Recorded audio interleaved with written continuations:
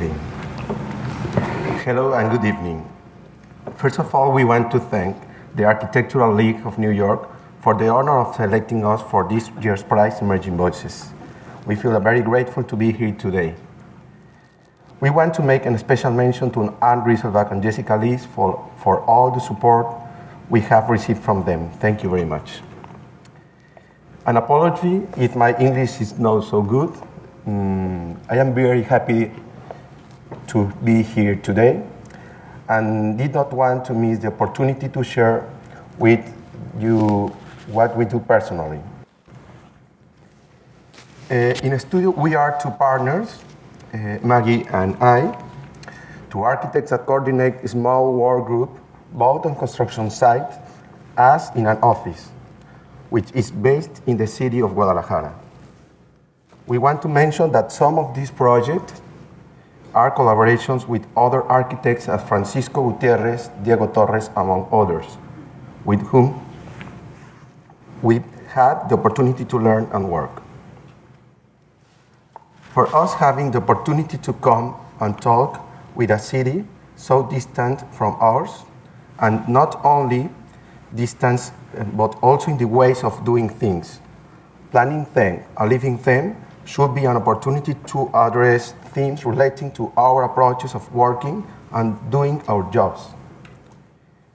It is therefore that instead of talking specifically about our project in a technical or academic way, we are interested in demonstrating through them the reality of the context in which we work and live. For our office, the conditions of our country and the given ways to work in our area have become a creative platform for us to make architecture, and that is the we want to talk about today. Consequently, something important for us is to understand the relationship of the space we work and the time in which we stand. Speaking of space, we are interested in comprehending both our locality, its possibilities and limitations. Yet, we also like to confront with other realities and other architectures from which we learn and filter in order to try to have our own voice. We get around constantly. We make sure we get to be in a place like Bacalar in Quintana Roo, Mexico, and as much as being in Sao Paulo to see Lina Bobardi's architecture. We also feel a personal interest for primitive, ancient, vernacular, and structures in ruins, but always keeping in mind the times in which we live, seeking to meet the needs and current issues. As Joseph Albers used to do, he had a fascination with these primitive structures and had the ability to observe and to abstract in his own photographs views he would use in his work. We have followed his ability of appropriation through his work. This is an example of it, a painting called Mexicano. This is a plane made of clay that we found in one of our trips in craft market in the city of Lima, Peru. Since we saw it, we felt a great attraction to it, so we acquired it. This object occupies a visible place in our studio. It's an object that always reminds us fundamental issues. It is a kind of consciousness in which we place significant ideas that we want to build into our office. On one hand, it represents the process of technology, the challenge of gravity, the globality of the world and the ways in connecting it, issues that inevitably speaks of our time. However, this plane that evokes a modern idea is hand-painted and is molded by the hands of artisans, and within has small figurines. They represent Peruvian Salvador. However, this aircraft does not fly. It only represents the idea of flying. The plane has a level let's look for a sign that indicates Air France, the name of a transnational. Nevertheless, the wings have Peruvian flags. For us, this picture speaks of a global aspiration, but on the other hand, we find a strong relationship with the specific locality. This place expresses a cultural appropriation, and that's where we want to place ourselves, between the understanding of our geographical and socio-cultural situation and also the needs and aspirations of our time, in which are inevitably global. For all these reasons, this object almost builds a timeless idea. And this condition of timelessness is what we are interested in. Architectures we see and in the ones we wish we could do, where the global and the local, where the contemporary and the memory are present. We live in Guadalajara, the second largest city in Mexico. Guadalajara is a cosmopolitan city, but still is a land of artisans, a place where there is a long tradition in families and contiguous populations, where there is a centuries-old heritage of working with manual labor. Architecture and construction are not exempt from this. Today, labor has very good quality and still has a reasonable cost. So for us, this reality, along with the idea of a cosmopolitan city, are an opportunity, almost in extinction, that we still want to take. This is a 5-story building in Guadalajara, made with the same construction system than a common house. It may look like 5 houses were stacked up, but this is a vivid picture of our city. In fact, our office is open to this condition, circumstances where these craft methods are still rudimentary and mixed with current processes. We are interested that it forms a fundamental part of the work we do, where planning allows the executors to participate, which means that artisans or labor eventually defined many of the situations and conditions we organized for the project. Today, this has been a way of operating in our studio, consciously or unintentionally, but has allowed us to work with the resources and means we have available.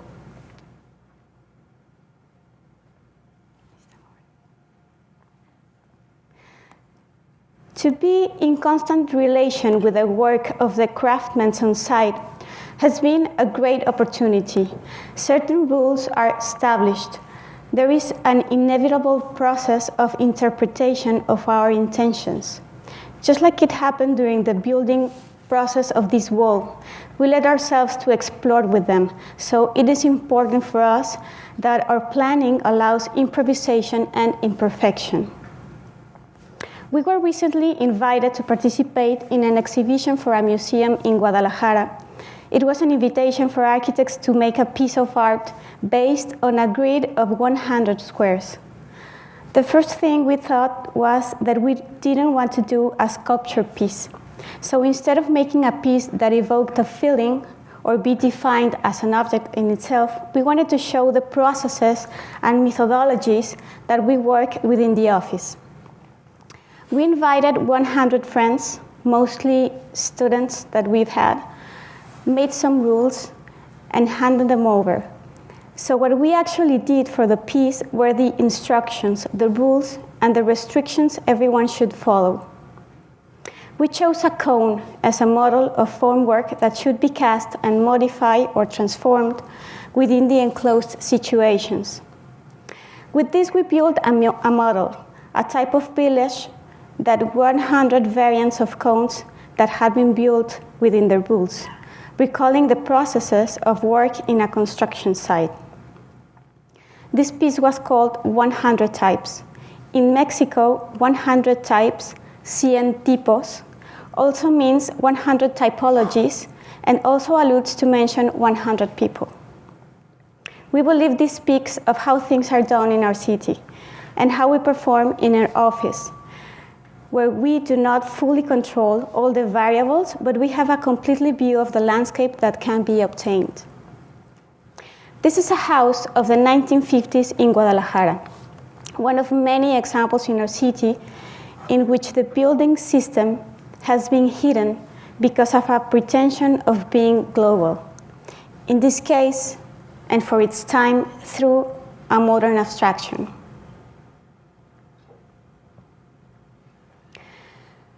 When we were invited to turn this house into offices for rent, during the renovation work, we realized that beneath this surface, handmade brick walls were perfectly well executed, brick walls that had never been shown before.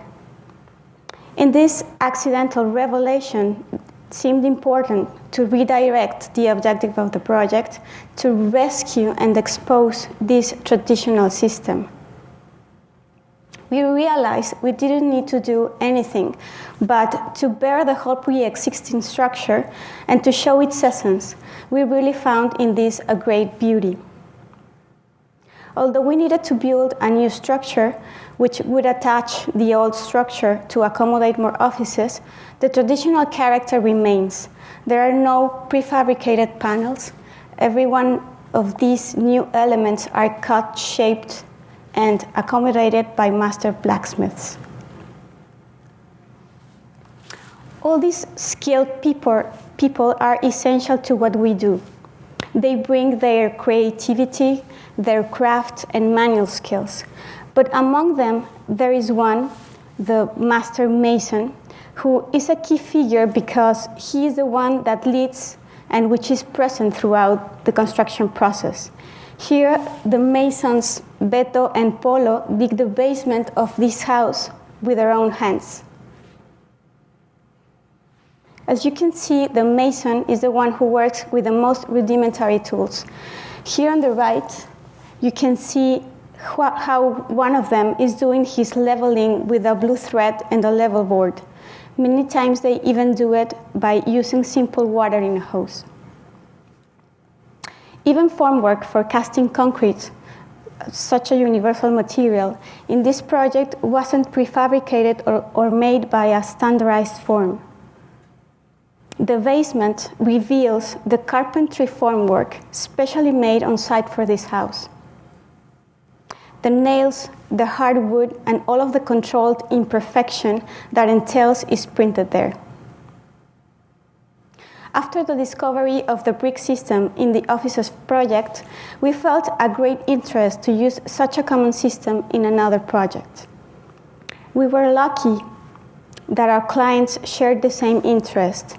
So above this basement, a house totally made out of brick from Tlajomulco, a close region from Guadalajara, rises. The brick was made of a special measure in order to hide all the structural reinforcement that the house needed. And as soon as we started to use it, we learned from the experience of our masons countless possibilities, arrangements, situations that we could use with the brick.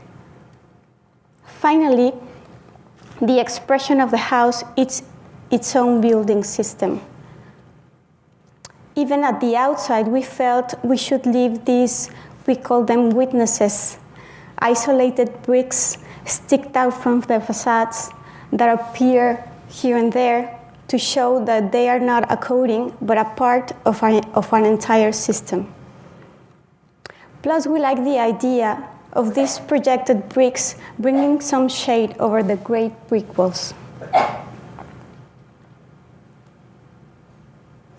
While the main program of the house is solved within solid blocks of brick, heavy and with controlled drilling, the connections are much more open and much more transparent. So in these circulations, there is a moment of more openness and frank contact with the garden that has been created. The land we found when we started the project was a place without vegetation, narrow and flanked by two very close neighbors. So to us, building a garden was a clear necessity of the project. That way we could make that the public areas and circulations could turn to their own exteriors. In the more intimate spaces, like the rooms, the light is controlled, and now the carpenter and his work are the protagonists. The smell of natural cedar and assemblies in solid wood define the interior landscape. This drawing that shows how we are constantly talking to our artisans. It is a detail that Salvador elaborated with the carpenter on site, where arrangements and certain rules are established for the roofs of these rooms. The carpenter's job in our context still is a world where the possibilities are vast, because despite the low-tech tools he uses, he can still work with solid wood, making special cuts and special assemblies. This is a project of interior architecture of some offices in which the woodwork was decisive. We had a low budget and a need for a quick construction, so we decided to design a modular system, which based on its reputation, allowed us to assemble stairs, division screens. Our Japanese clients needed divisions that allowed the passage of light and visual continuity, assemble doors, assemble ceilings, and furniture. For the idea of these offices, we remembered how the wooden profiles that we would propose would look a lot like the wood frame construction before the frames are finished and covered, only that in this case, pragmatism was a key aspect. It had to be done so quickly that much of this carpentry was adjusted and elaborated on site by the carpenters. Sometimes we have to be able to improvise beyond our own previous drawings. But we really loved the idea because you could have that sense of craft, and at the same time you could perceive the aesthetics of a worksite in progress. We could be able to remove and readapt any of these frames at any time and be flexible. At the end, the precision of the industrial steel coexists with this other rough, raw, handmade, and customized wooden structure. In this track, we like to think that these two architectures are not so distant. They start from the same principles, and they even might be complementary. This is a collage we made for Liga and the Architectural Foundation of London, in which we put on the same level and same imaginary site the traditional Mayan hut and the Farnsworth house. Both establish a base that regulates the land, both set vertical elements that support a cover, and both use an open floor plan at the inside. Beyond technique, for us, there are no significant differences between them. We want to refer to both simple approaches as we work. In primitive structures, we found inspiration in the simplicity of their spatial organization. When a couple asked us to build a small house for their retirement, we remembered some of the traditional buildings we have visited in Mexico. They are constructions that are made in a single story. A stone belt bordering the plot walls several buildings for different uses. You can see at the picture that the bordering wall allows a little entrance there. Interestingly, the void between the volumes is the exterior to where they look. So we propose this, a pavilion for the day and one for the night, connected by a circulation and wrapped in a white ribbon. This way of organizing space helped us so the rooms did not have to see directly to such inhospitable context in which the home is located. Actually, it is a house that has no windows that look to the street. The base is only interrupted at the corner to build an entrance as well. We wanted to make very clear these two parts, white ribbon and double height elements. So we did many tests to study how this volume will show over the base. Eventually, they came a mixture of concrete and oxidated steel chips, very rustic, versus the white steel base. And all this apparent hermeticism of the exterior dissolves in the interior. The light and ventilation come from the interior gardens of the house that we hope it would be. In this picture, we can see more clearly the patios and pure volumes within the enclosure, a picture that reminds us of the vernacular and the modern, always thinking of how to do it our way. When we were asked to do a terrace at the garden of a house where affluent space was required, we recalled the modern pavilions of single levels and open plans. The height of this pavilion should not exceed the height of the other existing elements. So the theme was to build a roof under which we could freely organize all services. Our clients agreed to build this modern and open pavilion with one condition, that it wasn't cold and abstract. Without knowing, they made a hard critique to modernity. So this was an excellent excuse to work, in addition to the masons, as always, with the blacksmiths, with stone cutters, shaping and accommodating every stone in a technique called rajuela, thin slices of stone, one above another, and with the carpenters, making supporting beams of solid wood and making walls and furniture. Actually, we found it very funny. When we were assembling the photos for this presentation, we realized that Jesus, that guy over there, was wearing a cap that said New York, as if he knew he was going to be here today. You know, maybe he lived in here, I don't know. He earned lots of money, apparently. These stone boxes do not reach the ceiling are the services of the terrace. Inside them, we can find the bedrooms, kitchens, warehouses, etc. And outside them, we find ourselves in the exterior, but always beneath the presence of the wooden roof.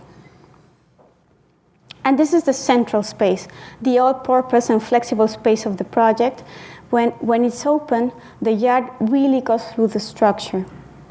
Actually, this was a key demand from our clients, that the terrace should not split or block the existing garden, but instead that there was a visual and spatial continuity between the back and the front yard. Just like in this case, this structure, we know it as palapa. The one we see in this picture is located in the coast of Chacala, close to Guadalajara, where we were given a project of a beach house. Our attention was drawn to the structural system of the palapa, precisely because it allows the continuity of the horizon and the landscape. The ground is an elongated one, somewhat boxed, and the view is narrow towards the sea. We focused on the study of the traditional system of the palapa, especially structurally. We realized that if we could bring this principle to the whole house, we could achieve the best possible visual permeability. So we decided to propose a framework of columns and beams where the walls did not have the commitment to carry anything. The columns would link from the ground floor to the first floor.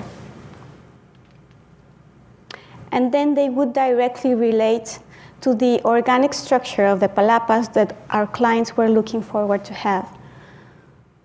The structure is made of reinforced concrete. So to cast all these elements, we decided we would use sidewoods.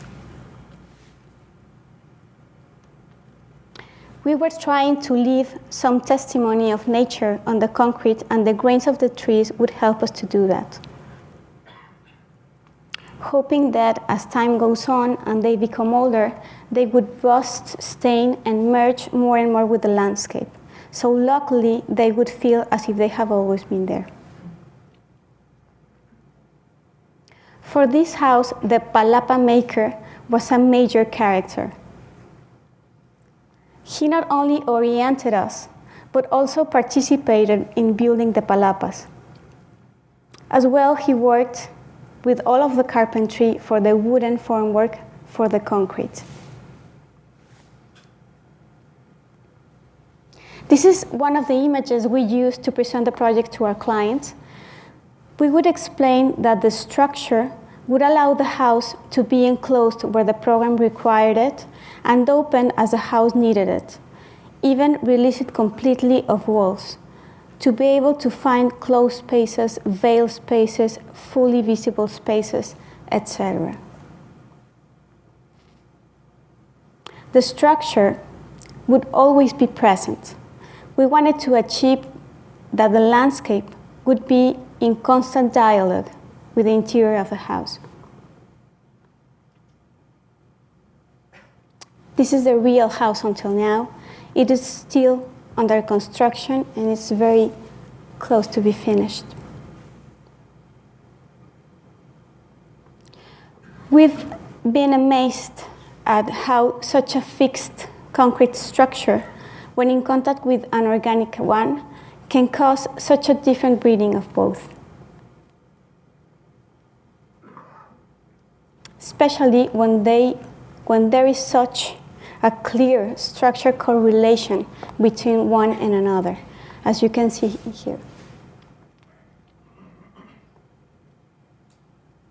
That the wall is not the protagonist but a column seemed appropriate for a house on the coast, always relating to the outside. On the contrary, for a place in a city context like this, we needed walls to organize space, traditional and simple walls. It was a small house for a single inhabitant who we wanted could leave his house to the inside. Walls create inner space, but also a surrounding garden and a central courtyard. We just wanted to do a quick mention to this project because in this case, we could leave the unfinished process of the walls exposed. They were not painted, so somehow they demonstrate their craft and the passage of time as well.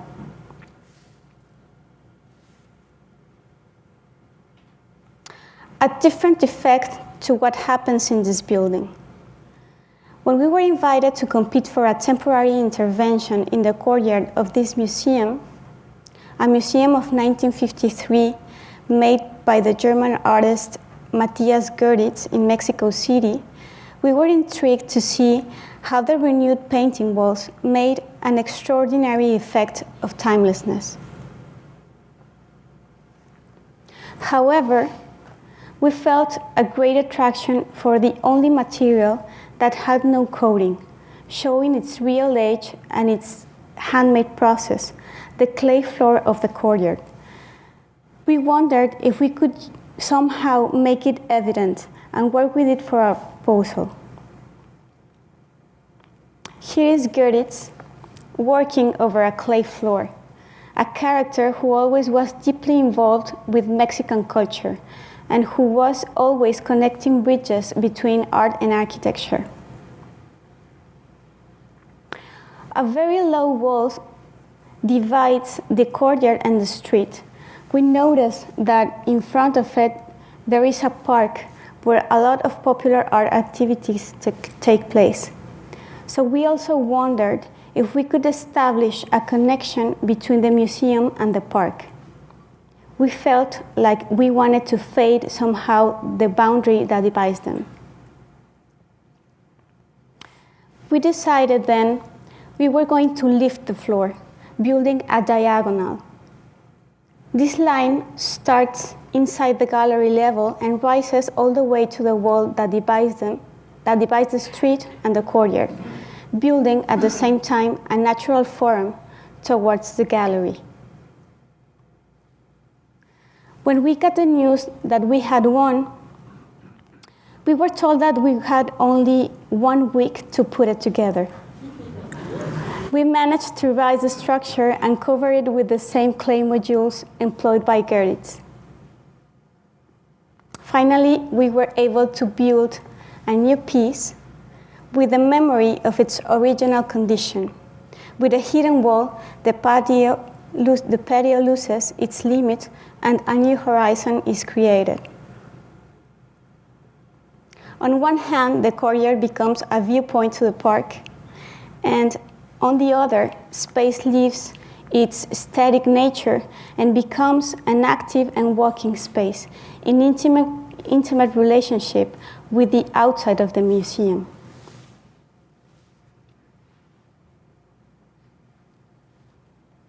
From the street, an unexpected event happens. Visitors overlook. New relationships were created. For example, an ice cream vendor here makes a sale while passing by the museum. This is the way space was used. We like to think that with this simple gesture, the space for a moment stopped from being a courtyard and was closer to be a public square. And after 4 months, the court returned to its original state.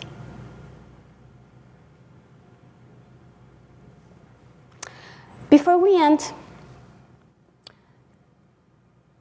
we want to say that we assume ourselves young and we feel this reflection is constantly evolving. It is not yet matured, and we are excited to see where it takes us in the future.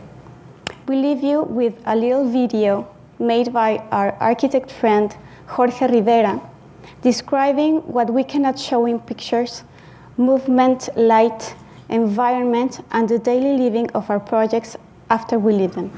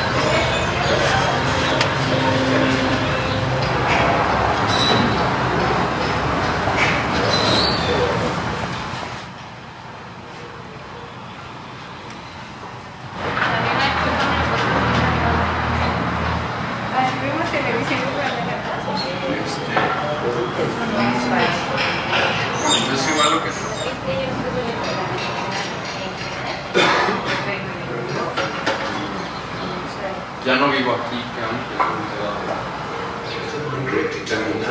Todos venimos a